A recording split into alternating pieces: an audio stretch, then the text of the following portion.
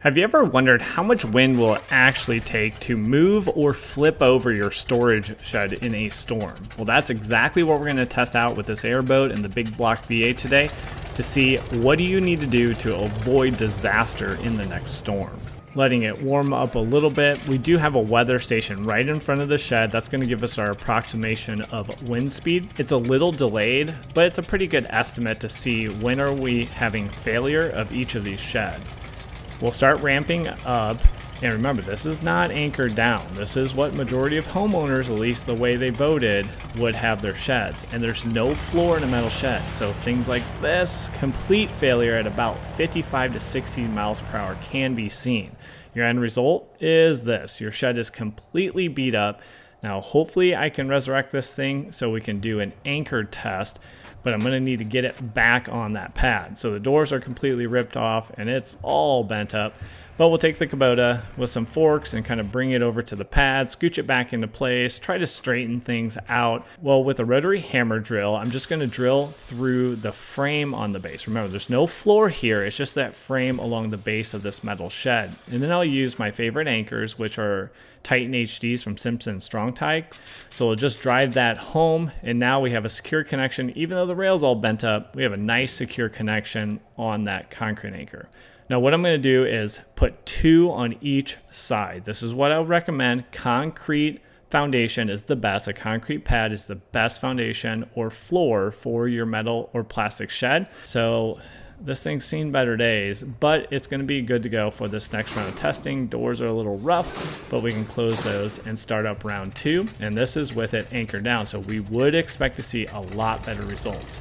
I have it going at 4x speed here, and then once we see failure, we will slow it down to just normal 1x speed.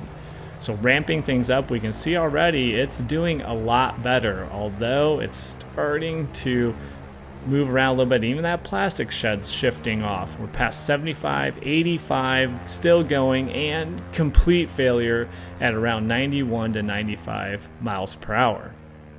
Now, if you notice during that failure, actually the floor frame stayed in place. Those anchors held, and not one of the anchors pulled out of the concrete, but it ended up that the walls that are secured to the frame, you can see there's a little piece of wall here that's ripped off, and a lot of the screws just ripped out. So let's jump back into it and test the unanchored plastic shed.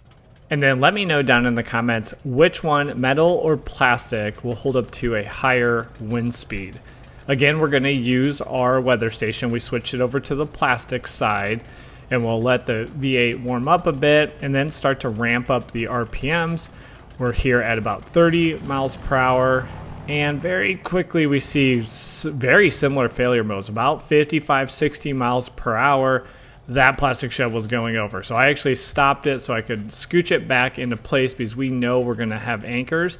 And I would say that is pretty much a tie. But what about with anchors? I'm going to use exactly the same anchors. That was the 1/4 inch by 3.5 inches.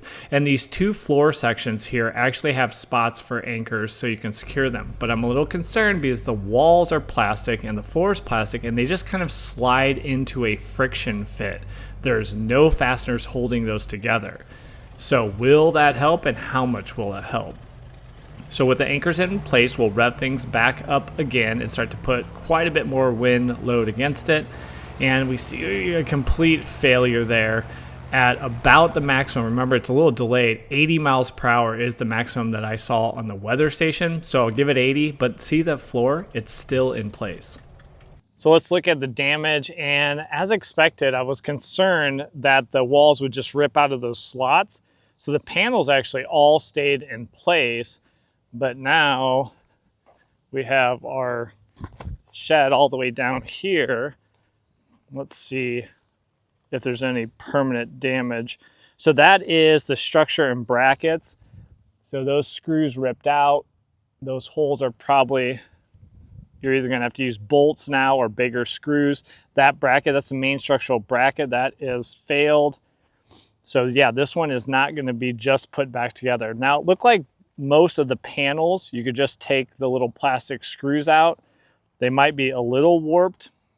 A lot of people say these corners fail. It does look like those held up on most of this. So you're probably going to have to order a few new parts. But overall, this is looking like a complete failure right beside its friend there that is also a complete failure. So not gonna lie, that was pretty fun testing, although I kind of have a graveyard of sheds now that I gotta clean up.